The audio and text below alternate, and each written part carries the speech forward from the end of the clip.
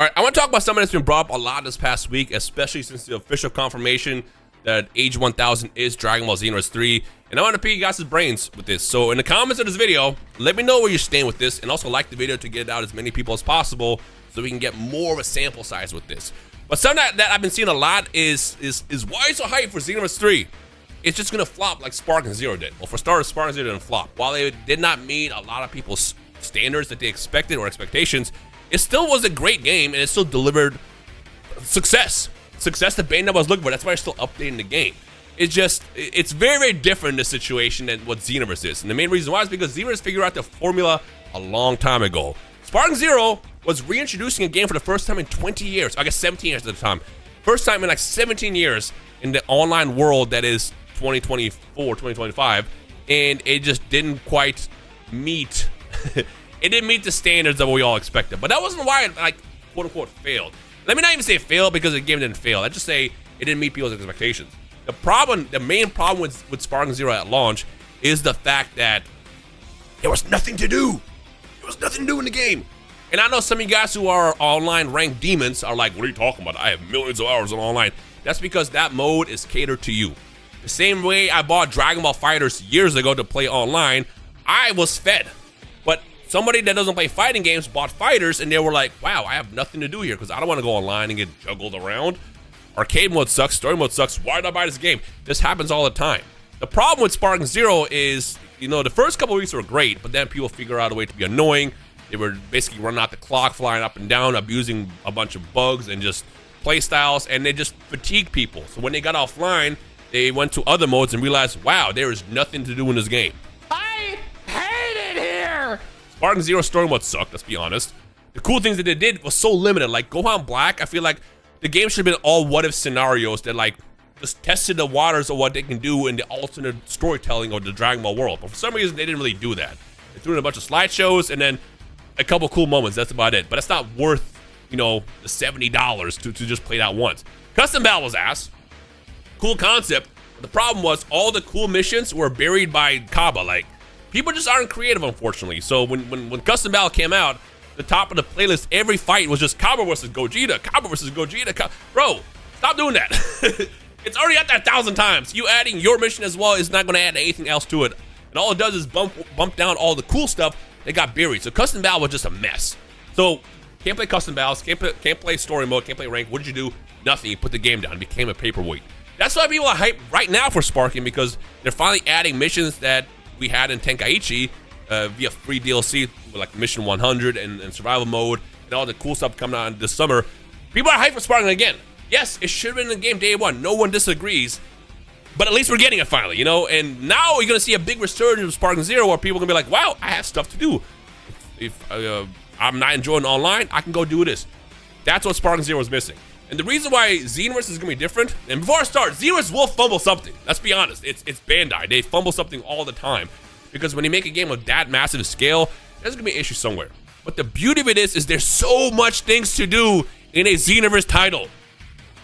I feel like anybody that's like, why are you getting hyped? Just didn't play the Xenoverse series. I think that's the only way we can tell that they didn't play Xenoverse in the past, and they're just hopping on like the pre-hate bandwagon because it's what they do. It's just, I guess, the nature of gaming these days. But what you gotta understand is that Xenoverse has so much to do. Let's say week one, if that first week of online is ass because people are just finding ways to be annoying and just use bugs and exploits to win, you know what's gonna happen? Oh, cool. I'm gonna go play Parallel Quest. I'm gonna go play the unique story mode. I'm gonna go play 3v3s, 2v2s. I'm gonna go play Hero Coliseum. Bro, for no reason at all, in Xenoverse, they added a board game. Xenoverse is all about content. Xenoverse should have been a blueprint to any and every single anime game the first time it was made back in 2015. You know, the one thing I always hated about the Xenoverse series, and this is the biggest problem that I've ever had with the game, is online. I see this all the time. Online, they had this weird desync where sometimes, like, let's say this is me, right? And this is my opponent. I'm fighting my opponent, right? But on my screen, this is what's happening. On their screen, they're doing this. So it's like when the two desyncs happen, false hit confirms happen, and then you end up dying because your opponent has a 2-second advantage in the netcode. And then, yeah, that happened all the time. This game is being built from the ground up. Assuming that they actually fix that, This is gonna be generational. I always said that if they ever fix the netcode in a decent issue in Xenoverse 2, I could play the game for forever. And what's crazy is, despite how buggy it was online, 10 years later, it was still getting played. It's going to be monumental. It's going to be huge. Again, they'll fumble something, but whenever that mode is being fumbled while they're fixing it, we can go do something else. Something else I also want to point out is, I've talked about this a lot before in the past, like 7 years ago, I want to say, right around the time they started working on the game, Hirano-san, the main developer, the main man in charge of the Xenoverse series, came down to California, invited a bunch of us in. It was me, Syriax, I think Afro was there, a couple other friends, and Dion brought like a 30-page document like detailing everything that was wrong with the Xenoverse series. Like, that was all hand delivered. After that day, I was excited because we're like, oh, they're gonna fix Xenoverse, and then nothing happened. Turns out, they were already working on the next game. The theory that we always had was they took all that feedback and not only applied it to like maybe more of their anime titles, but probably a lot of that went into this game. We covered everything from moving tails to hair spiking up to, you know, the bad RNG, the drop rates. We covered parallel quests, the decent. We covered everything, and they have the Bible to making the most perfect Dragon Ball game of all time. Whether or not they're gonna use any of that information, we have no clue. I won't know until the game is out. When the game's out, we might see things here and there that's like, hey, that was in the document. You know, we had a discussion about this.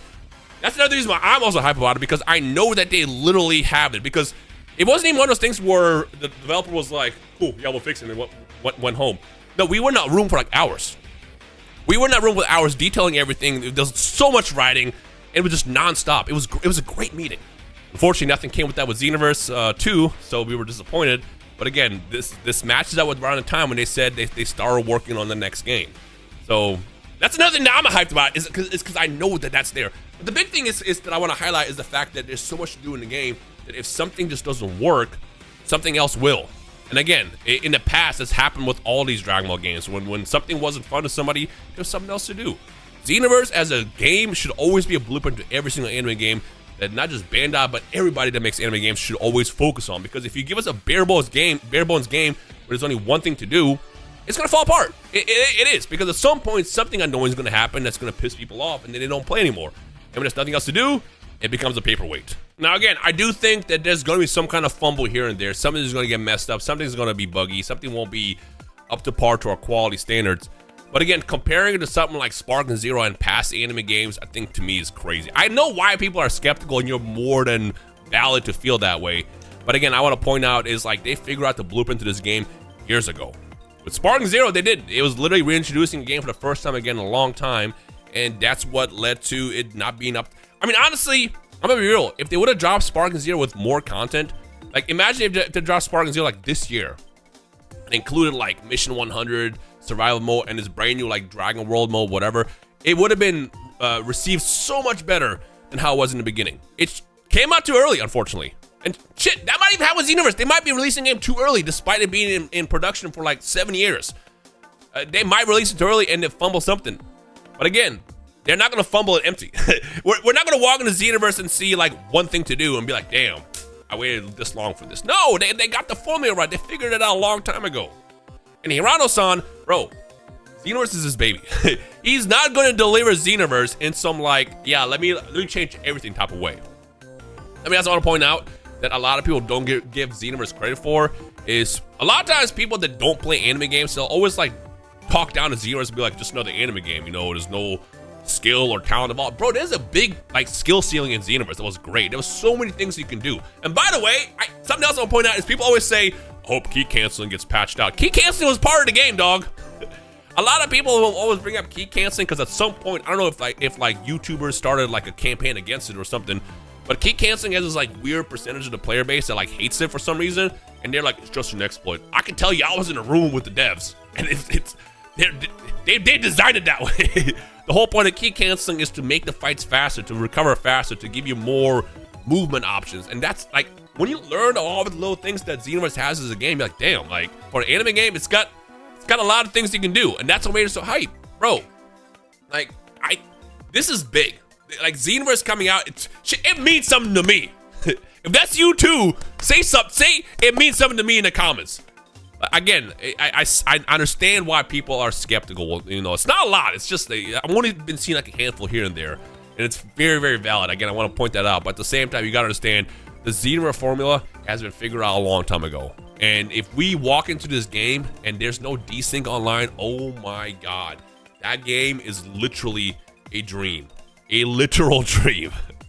One thing I do hope is that they're a bit more fair with how custom characters are balanced. Because one thing that people didn't like about Xenoverse, which is also fair critique, is some people just want to play with like Goku and Vegeta in them. And if you walk in and you got Johan with the Super Saiyan Blue Goku wig on and no style, and they hit you with one attack and you die, you're gonna get upset.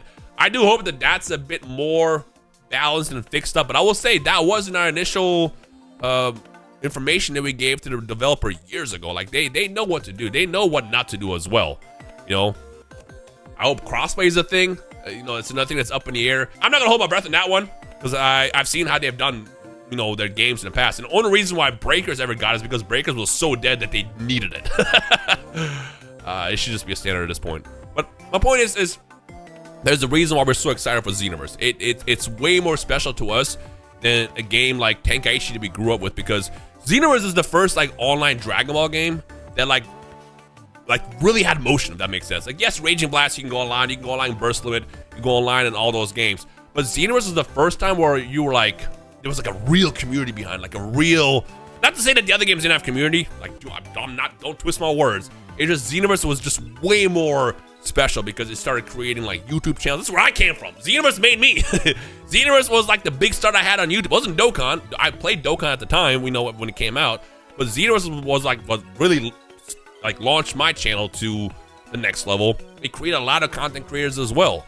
And with how the community was, it was a lot more involved than other games. Probably because we had a hub, a lobby, a hub. It was easy to like interact. And now that we're gonna get that via like New West City, that's gonna be gas too. And I'm gonna tell you right now, with how big that city is, despite, you know, how empty content technically was, you know, it was huge, but there's really nothing to do in a lot of places. I wouldn't be surprised if they started adding a lot more options of mini games outside just even fighting. I wouldn't be surprised if they add Dragon Ball Z Kart. They probably won't, but you know, I'm just as an example. I would be surprised if they add Dragon Ball Z Kart as a mini game, because they can do that. I feel like Breakers should have been a mini game within Xenoverse. It probably was, and then they decided, hey, let's make it into its own thing. If Breakers was a mode in Xenoverse, I feel like it would have been received so much better than the game that was on its own, because like, you know, how janky it was. But like, imagine if Breakers just came out within Xenoverse, like, that'd be a cool little extra thing to do within the game. Xenoverse is all about content, and content is what sells, is the reason why Xenoverse has been so playable for like the past decade, and that alone is setting the game up for success. So we'll see what happens. I hope that they fumble minimally. Let's just say that. Fumble minimally. If you want to let me know in the comments what's a fumble for you, by all means go for it. But even right now, even that trailer alone, this is why I was so hyped when I saw that trailer back in January. Seeing John 1000's hair go up literally implies that we're going to get actual hair that moves, that transforms. I will never forget when we told the developers this years ago. I'm like, what happened here, you know? And now that they decided, hey, for the first trailer, make the hair move up, I'm trying to send a message. That was the message. Xenoverse is a much bigger game than people give it credit for.